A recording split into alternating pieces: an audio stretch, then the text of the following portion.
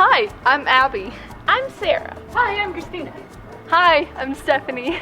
And this is VolunTales.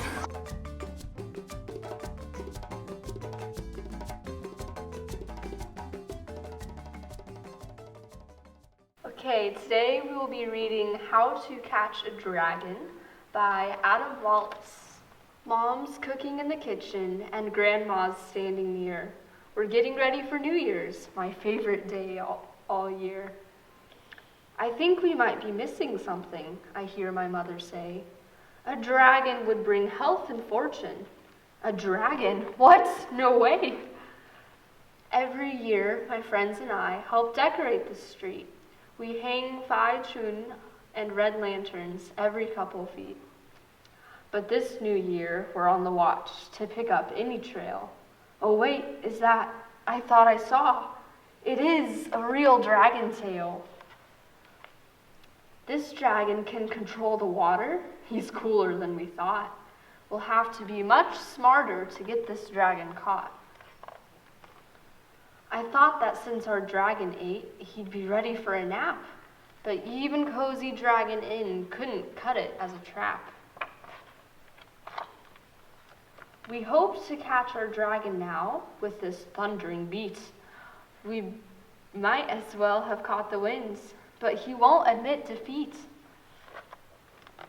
We cannot lose this dragon now, not with this massive bait. A dragon can't resist some gold. We'll catch him, just you wait. On any other day, I'd love to catch money from the sky, but today it means our trap fell through. I need just one more try. This final trap just has to work. It is our greatest chance. The thing that dragons love most, the mighty dragon dance. Our dragon dance is going great. I'm having so much fun. But where's our dragon? We've got to catch him before the day is done. Oh man, we made a giant mess and no dragon to be seen. That means no good health or fortune. I guess we better clean. I'm sorry, Mom. I tried my best to make you proud this year. Then she pulls me in a hug. I love this dragon best right here. Watching fireworks with Mom and Grandma next to me, I feel so lucky standing here with my loving family. Better luck next year. The end.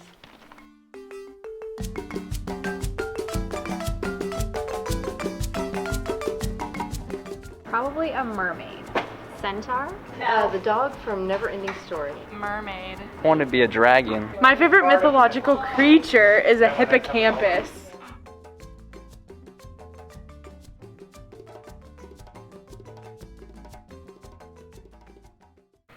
The Legendary Unicorn by Weigelt, illustrated by Julia Gokava.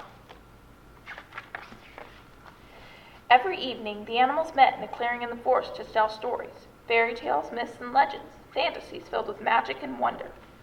One day, as Hedgehog was passing the stream on his way to the gathering, he saw an extraordinary creature, leaning down to take a drink. It was a unicorn. The Hedgehog was astonished.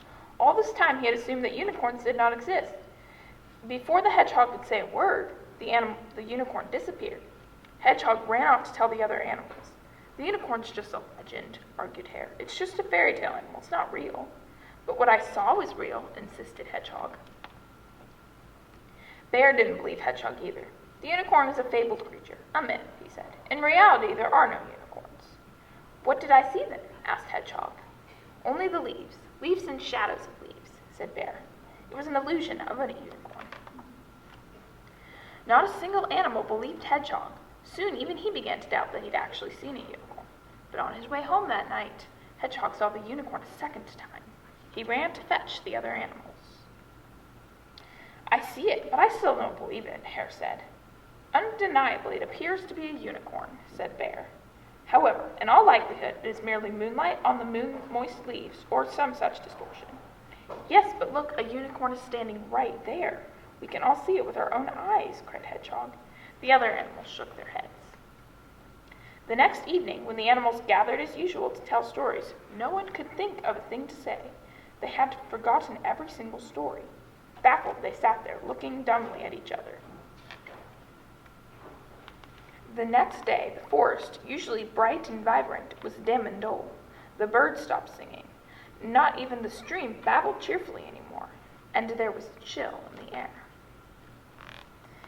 It must have something to do with the unicorn, said Hare. Maybe it really was there. But none of us believed it. It has gone, and nothing is as lovely as it was before. Yes, said the bear. Now I, too, believe that the unicorn was in our woods, or something very like it. It's possible that our doubt has caused this environmental disturbance. Then we have to find the unicorn, said Badger. The animals searched everywhere, but they found no unicorn. Perhaps we should try to lure the unicorn out of hiding, said the Owl. But with what? Said Hare. What does the unicorn eat? I don't think it wants food, said Badger. Maybe it hides because it's shy, or maybe it thinks we don't believe in it, or in anything magical anymore. After all, we've forgotten all our wonderful stories. Then we must think of a new one, said Fox. Perhaps if we just try, we can come up with something. If each of us can just say one part, maybe we'll create a story together. Everyone agreed to try. Owl began. Once there was a unicorn who loved stories very much. Then Hare said, but it was driven away by disbelief and took all memory of stories away with it. Then the world became cold and lonely and sad, Badger continued. It happened on a day when the unicorn went to the stream to drink, said Fox. Hedgehog saw the wonderful animal and ran to tell his friends. Already the evening was not quite so cold. A nightingale began to sing, and from the stream came a cheerful babble, the music of water on stones. The animals didn't look up. They just kept telling the story as if they didn't notice the changes, but they all rejoiced inside. When the moon glazed the treetops, the animals headed home. Hare accompanied Hedgehog part of the way. When they came to the stream, they saw the unicorn drinking again.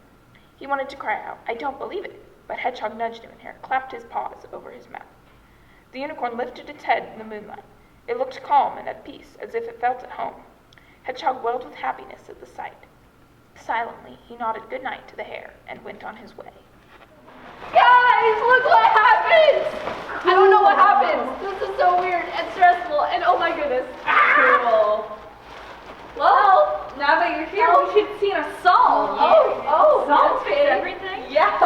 Songs can fix everything. I'm a little unicorn, sparkly and pale. Here is my horn, here is my tail. When I get all happy, hear me cry. I'm a little unicorn, wave goodbye. Wait a minute, I want to be the unicorn. Yay, it worked! Let's sing the song again. I'm a little unicorn, sparkly and pale. Here is my horn and here is my tail. When I get all happy, hear me cry. I'm a little unicorn, wave goodbye. You should be a unicorn now. Yay! Let's sing the song again. Really? I'm a little unicorn, sparkly and pale. Here is my horn and here is my tail. When I get all happy, hear me cry. I'm a little unicorn, wave goodbye. Yeah, I'm the unicorn. Let's sing the song then. I'm a little unicorn, sparkly and pale. Here is my horn and here is my tail. When I get all happy, hear me cry. I'm a little unicorn, wave goodbye. I'm going to McDonald's. Wait, No!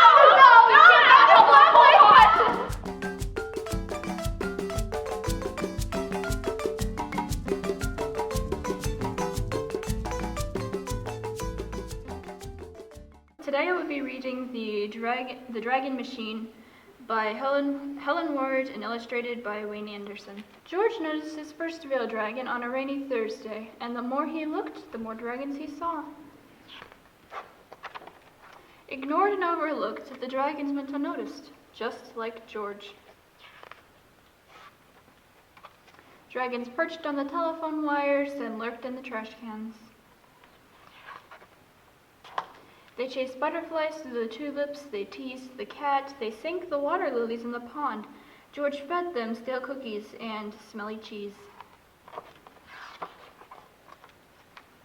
And that's when the trouble began.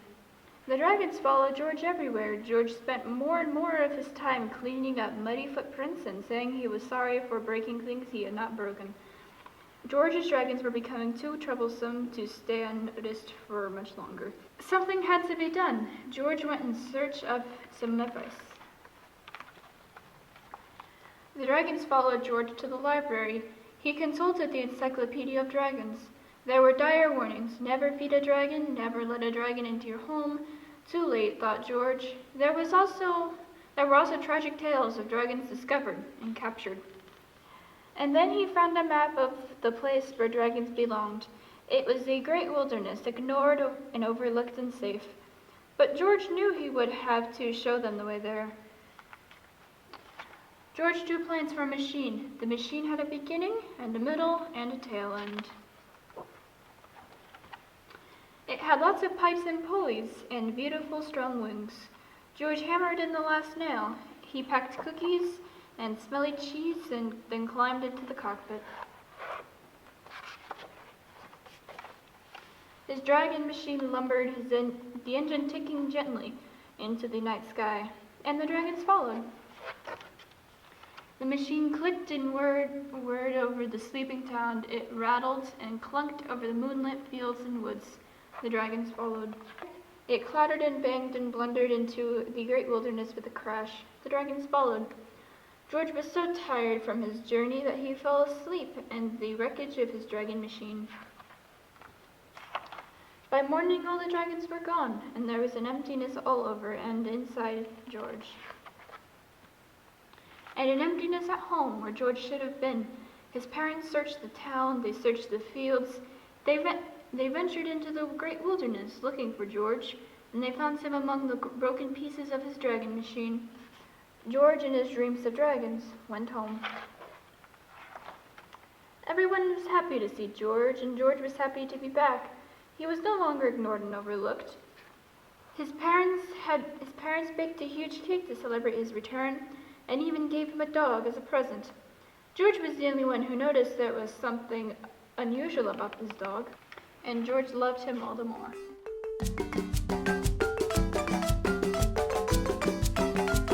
A unicorn because they're colorful and they have horns.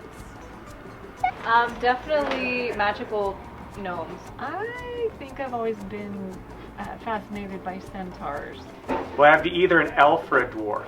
The Rantler. Well, Quackers is pretty mythical. He's a mythical creature. He's weird. So Quackers. Hi, this is our werewolf friend Ethan, and he's going to help us do a dragon dance. Now there were 5 little dragons and their tails were wagging. They were always bragging, cause no one could imagine they could fly so fast. They were zigging and zagging, then boom! There was one less dragon. Now there were 4 little dragons and their tails were wagging. They were always bragging, cause no one could imagine they could fly so fast. They were zigging and zagging, then boom! There was one less dragon. Now there were 3 little dragons and their tails were wagging. They were always bragging, cause no one could imagine they could fly so fast. They were zigging and zagging, then boom! There was one less dragon. Now there were 2 little dragons and their tails were wagging. They were always bragging, cause no one could imagine they could fly so fast. They were zigging and zagging, then boom! There was one less dragon. Now there was 1 little dragon and their tails was a wagging. They were always bragging, cause no one could imagine they could fly so fast. They were zigging and zagging, then boom! Uh-oh, there were no more dragons.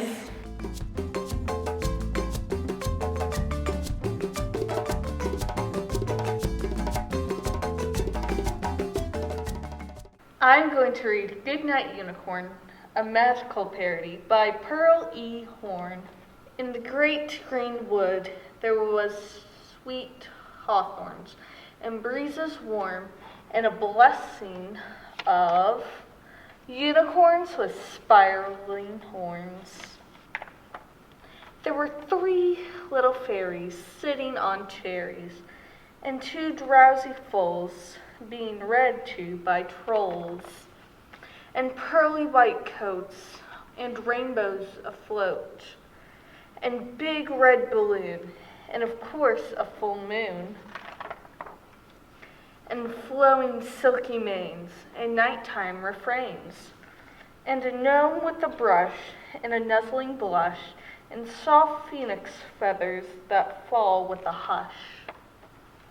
Good night, unicorns, good night, horns, good night, breeze and sweet hawthorns.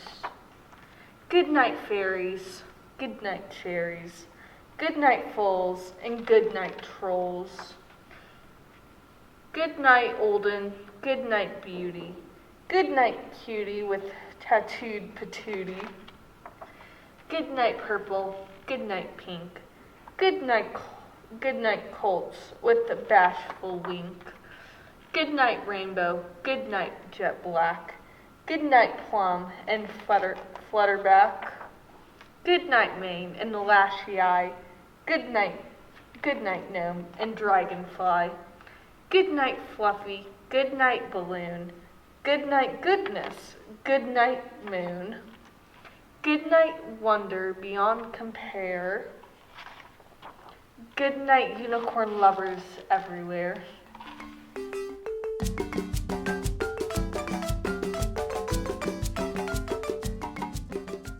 You can't go yet. We still have to sing the goodbye song. My hands say thank you with the clap, clap, clap. My feet say thank you with the tap, tap, tap. Clap, clap, clap. Tap, tap, tap. We roll our hands and say, see you next time. Have a magical afternoon.